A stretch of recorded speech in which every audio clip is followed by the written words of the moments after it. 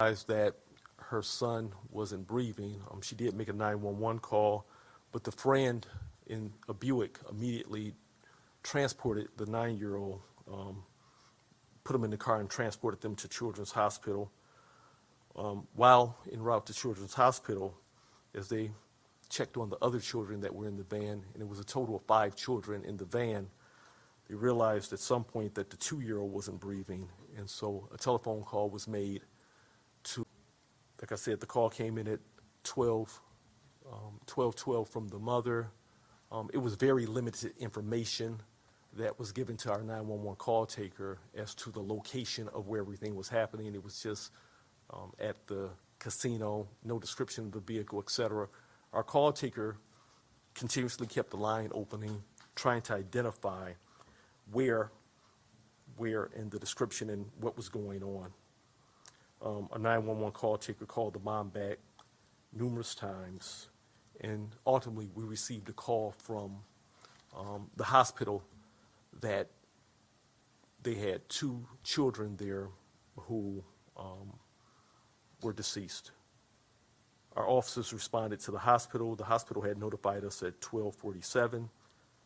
Our officers, like I said, responded to the hospital, and from there we continued with the investigation, talked to the mother, and also talked to the grandmother, and they were able to give us the specific locations as to where the van actually was that was parked on the 9th floor at the Motor City Casino.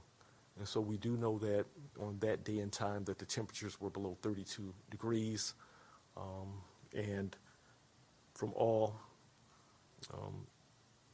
talking to hospital staff, and of course, ultimately the medical examiner will determine the cause of death, but just on the surface right now, it appears that it was exposure to hypothermia.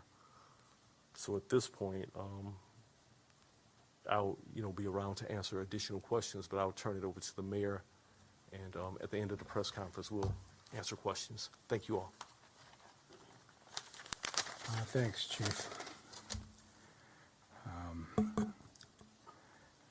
It's a terrible day in Detroit as we deal with the tragic loss of 2 young people, and it's got to make us rethink everything that we're doing. The heartbreaking part of this is that there were family shelter beds available just a few miles away from where the family pulled in to that Greektown structure, but brings home the point that having services available doesn't mean very much if the residents who need them don't know how to access them. I meet every 2 weeks with the police chief and all of the command staff to talk about what's going on. And last winter, the commanders were telling me that they were picking up unsheltered individuals in the evening and taking them to shelters and couldn't get them in, which made me very angry because I thought we had contracts that shelters did not turn people away. But we got our housing and redevelopment team together with the Detroit Police Department and dramatically changed things for this winter. We added 400 more shelter beds, going from 900 to 1,300 for this winter. And then we added another 110 drop-in beds. And drop-in beds are really important because while a shelter may be full, the drop-in center will take an individual any time of the evening and never turn anybody away. And 75 of those beds were family beds, exactly the type we needed here. And then we added a third piece. The angels of this city are our homeless outreach workers. What they are doing out in the cold and talking to our individuals about their problems every day is remarkable. But DPD complained that in the evening they did not have the access to the homeless outreach workers. And so this winter we put the outreach workers on 24-hour shifts, continual service, so that any time of the day or night, DPD can immediately reach an outreach worker and place an individual. And all winter long, I have heard great compliments at the way the Detroit police are working with the outreach team. As people in this city know, our officers do not treat the homeless with a criminal response. They almost invariably go out with an outreach worker talking about where they could go. So as we look at what happened here, we know this has been a lot colder winter. And the details I'm going to give you are also preliminary. Chief Bedison is examining the side from the police department, but we're also going to examine everything that happened here from a housing services standpoint. And so we're only 18 hours into this, and what I say may turn out to change as we go. But here's what I am told from the housing department that we do know. That this family reached out to our homeless response team on November 25th. They had reached out earlier in the summer and even back into the previous year, but reached out on November 25th essentially saying they had been living with a family. They were no longer going to be able to keep living with that family and needed a place to go. And in the course of that conversation, there was no resolution reached on where they would go. And one of the things that's important when you call our homeless services folks is that if it's an emergency situation, we send out one of these outreach workers. Because when you're on the telephone, you have people with complicated problems. Sometimes it's hard to figure out exactly what the circumstance is. Is it an emergency? But when a homeless outreach worker goes and lays eyes on the family and sees what's going on, they know exactly what to do. For whatever reason, this wasn't deemed an emergency that caused an outreach worker to visit the family. 3 weeks later, we opened the Family Drop-In Center on December 16th. It was exactly the type of situation we opened it for. We were opening it to be ahead of the worst temperatures of the winter. At least as far as we've been able to determine so far, the family never called back again for service. And as far as we've been able to tell, our homeless staff never proactively reached out to say, what happened with your situation? Was it resolved? Or to indicate that there might be a room available. And so we have to make sure that we do everything possible to make sure that this doesn't happen again. And I'm not trying to talk about an individual employee. I'm talking about the system as a whole. Are we doing everything to make sure people in this city know how to access this critical care? And so I have asked Malia Howard, our deputy mayor, and Julie Schneider, the head of Housing and Revitalization Department, to come back to me with 2 weeks, in 2 weeks with plans to review this and address it. One, obviously, is the history of the circumstances on this family. But I want a review of our call center and the housing specialist. I've heard times that people say, I called and they asked me a lot of questions about classification and the like, and I came away confused. I want to make sure that when people call, they get very clear options when that phone call is made. And I am asking them to put a policy in place that anytime minors are involved experiencing homelessness, that our outreach workers automatically do a site visit. Anytime we've got children in danger of being on the street, I want that outreach worker face to face and identify what the situation is and make sure it is resolved.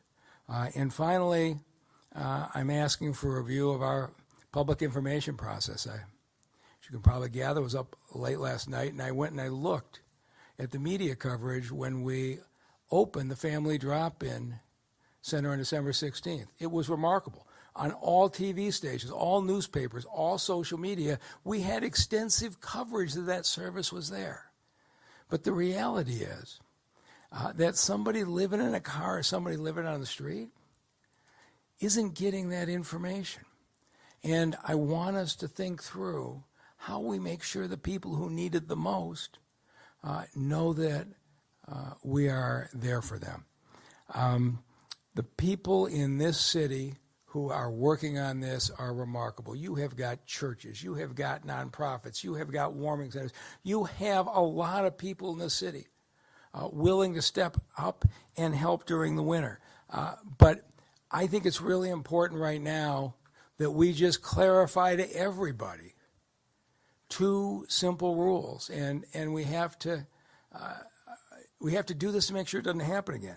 If during the day you are in danger of homelessness, you call the hotline. It's been well publicized, 866-313-2520. But if it's after 6 o'clock at night and an incident's happened, you've been pushed out of the house, you're in an emergency situation, go to your police precinct. Because in this city, our police work hand in hand with our homeless prevention folks. And if you get to the police precinct, you don't need to navigate anything.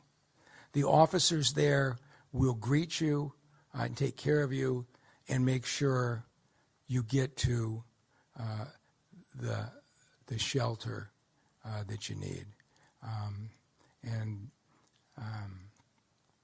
We just can't have something like that happen in this city again. So the deputy mayor and the head of Housing Resources have been on their assignment for about 2 hours. I know they'll get it done thoroughly and competently. And with that, I'll introduce the deputy mayor, Malia Howard.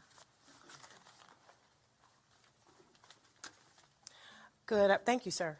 Good afternoon, everyone. As we stand here today, we do truly mourn the loss of these two children. It is completely tragic, and our hearts are heavy. No parent, no family, no mother should ever have to endure such hardship and heartbreak. And so our hearts go out to her and to her mother and her extended family. As Mayor Duggan just stated, over the course of the next 14 days, my team and I, along with Director Schneider and the Housing Department, will undertake a complete process review of what has happened. And we will provide the mayor with that feedback and those actionable items within 14 days. But I want to say this. If you are experiencing homelessness, if you are living in your vehicle, if you are on the imminent danger of being put out, please contact 866-313-2520. Again, please continue to pray for this family. As Detroiters, I know that we will lift them up in our hearts and do so. But please, again, if you know of anyone or if you yourself are experiencing these issues, please call 866-313-2520. Again, as Mayor Duggan stated, if it's after hours, please go to the nearest police precinct. Please. This is to support you and your families.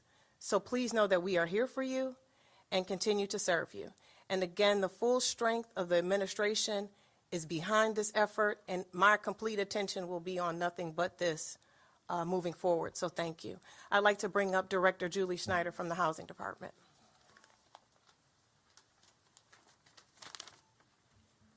Hello. We're certainly saddened to be here today as we mourn these tragic losses. I certainly share in the sorrow as we mourn the death of two of Detroit's children. Just 2 weeks ago, I was out with the outreach teams on the east side of Detroit as part of the annual count of unsheltered households. I wanted to go out with our outreach teams. I wanted to see the work that they do every day. I wanted to talk to individuals and households who were experiencing homelessness. While we were out that night, we encountered one gentleman on the side of the road. He was quite literally cold and shivering that night and needing help and wanting help. I called for a Lyft ride while our team waited with him and talked to him. And that Lyft ride took him to one of our drop-in shelters as all of our outreach teams were out that night conducting outreach. As the mayor mentioned, this winter has been colder than previous winters and has been difficult in making sure, and highlights the need to provide these services. In preparation for this winter and based on residents' need, we brought on an additional 400 shelter beds since December of 2023, and an additional 100 drop-in shelter beds for residents who are sleeping outside or who are in cars. We have expanded the work of those outreach teams like the one that I accompanied. You know, they're out every day, meeting with unsheltered households, working to connect them to services such as shelter, housing, every single day, and that work was expanded to 24/7 since last year. You know, in light of these tragic events, as the mayor and deputy mayor said, I will conduct a review of the service delivery and coordination within the next 14 days. Also within the next 14 days, I'll be reviewing a history of the family as it relates to their calls for services for those experiencing homelessness. And I believe with that, we will open it up for Oh, I'm sorry. So at this time, we'll open it up to the media for questions. And I can already tell you that as far as the investigation, there's not a whole lot I can say. But we'll take the first question. Faraz from Channel 7. Just a couple of things. Could you shed some light as to how many people were inside the van and ages as well, please? It's a total of a total of 5 children and 2 adults that were inside the van. Would you be able to share ages? I'll have my team get the ages to you. What's the ages? Yep. 13 to 2. Is anyone detained right now? No. Okay. And I guess, Mayor, this is probably a question for you, and you kind of partially answered that by 2 simple rules that you mentioned. I have experienced quite a few homeless people who are experiencing homelessness reaching out to me over the years, kind of trying to understand what options they have. And, you know, I've helped some. I've tried to get help for some. But, you know, there's always this roadblock. Either they don't have the information because probably they're not watching, you know, television or they're not on social media. Or when they do call some of the numbers that are designed to help these folks, they don't receive the help. And they're frustrated, they're sad. What would your answer be for those people who try to utilize the services, but they've just been let down?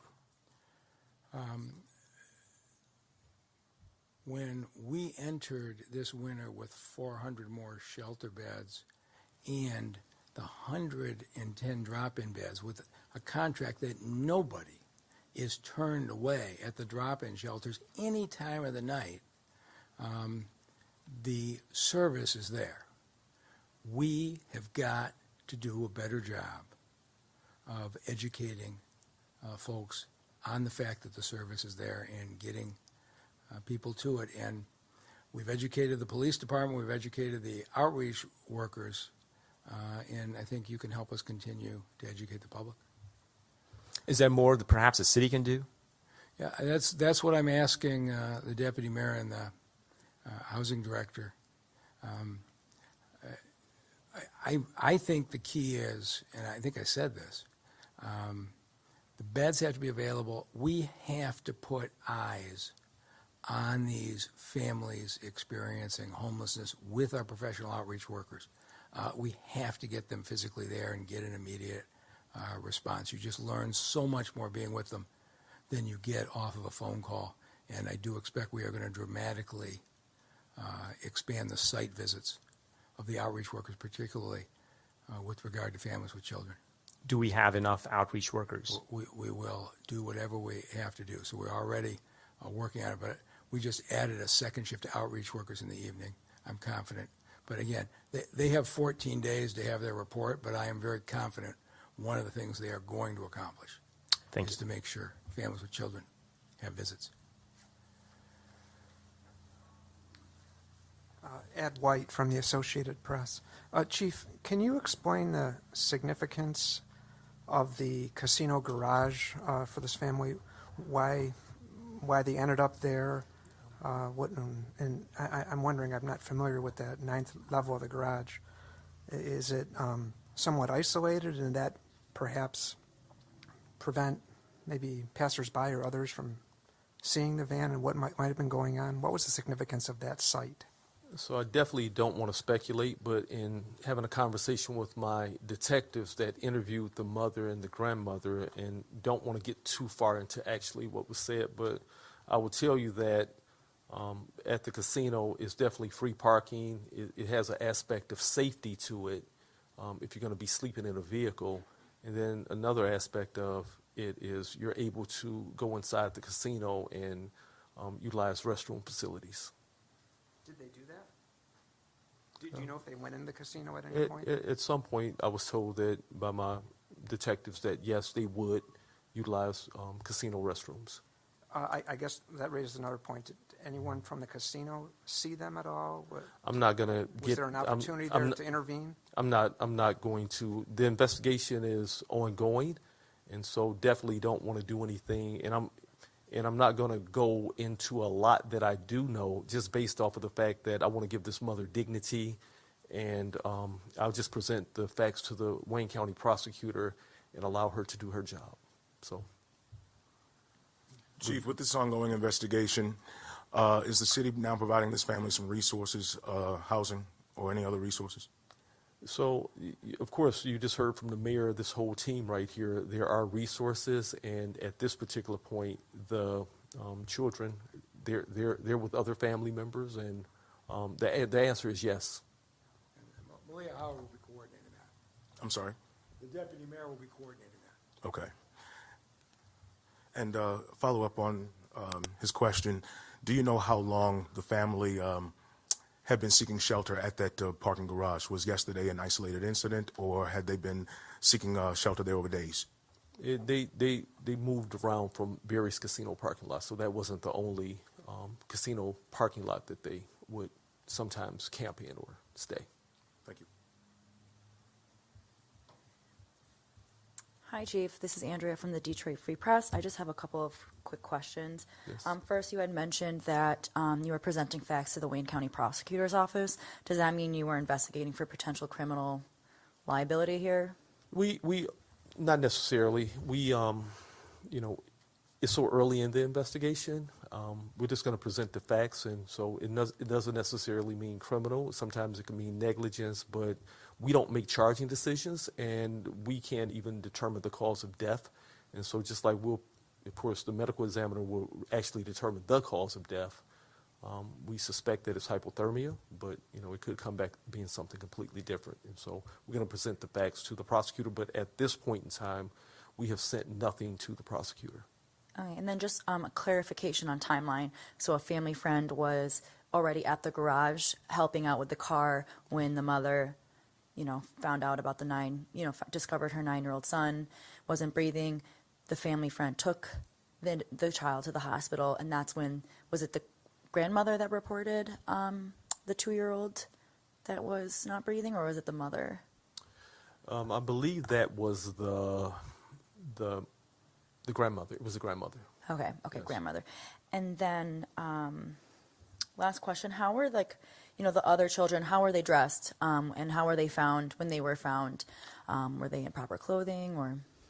Yeah, see that, I don't want to get into that detailed of the investigation, but we'll present those facts to the Wayne County prosecutor. But the only thing I'll say is this, for the good of the public, that in temperatures like this, a vehicle will not insulate you from exposure. So therefore, if you're out there, and I'll just use this example, because I've been thinking about this over and over and over. You ever leave a gallon of water or a gallon of milk in your car, and the next day you go to it, it's frozen solid. And so for anybody that's out there now, just seek shelter. Okay, thank you. John Hewitt, WWJ. Most of my questions have been asked and answered, but I did have two for clarity, please. The mayor mentioned that the family reached out to the city in November. Had they been living in this vehicle since November, maybe not at the casino garage for that period of time, or can you add any more context as to how long they had been living in this vehicle? From my preliminary investigation and talking to detectives, anywhere from 2 to 3 months. And when it comes to the other children being with other family members now, not to sit here and second guess on the tragedy, but were they other family members just not aware of this situation with the family? Because after this incident, they can take these kids in, but other family may not have known, or do you have any idea as to, why they were in the situation they were in? You definitely don't want to speculate, but from what I've been told, is that the mother had a lot of pride. She loved her kids, and she wanted to keep the family together. Thank you.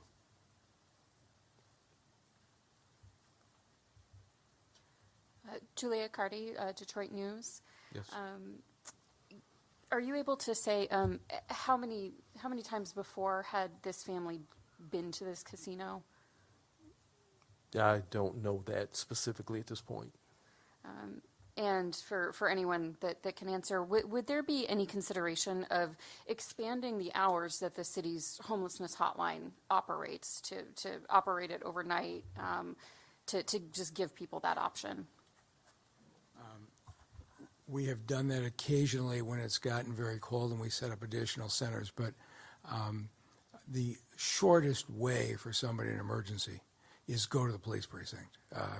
It's just, we probably will extend the hours, but that will not be nearly as effective. If you're experiencing an emergency after hours, go to your police precinct. They will navigate the process and get you to a shelter.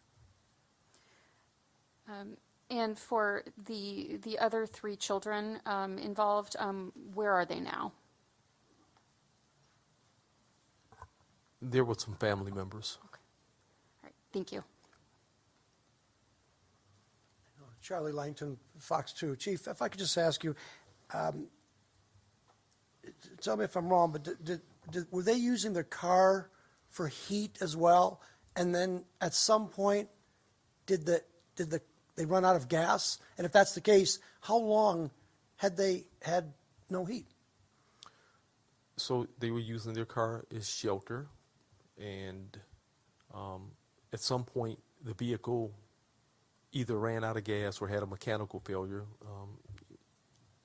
We'll later be able to determine that, but during the night the vehicle stopped. It was frigid, and as a result, we're here today. And the first call that was made to any authority was roughly noon-ish or Yes, so? sir. Yes, sir. So we're talking a number of hours that there was no heat in that car?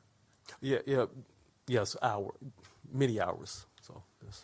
And Mayor, if I could just, thank you, Chief. If I could just ask you, I'm assuming it's not a viable place to shelter at a casino parking lot. What would you say to the business operators that maybe are providing some safety, but is that the proper way to do that? Yeah, I'm not sure that the casino operators had any idea that this was occurring, but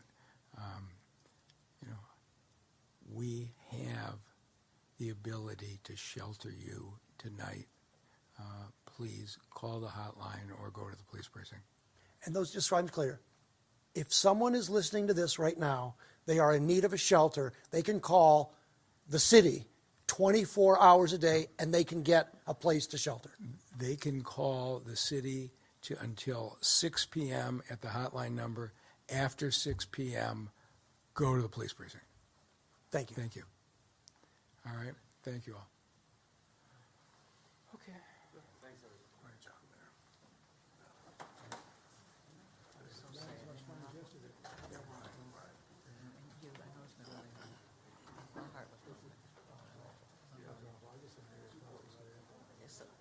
Any of us who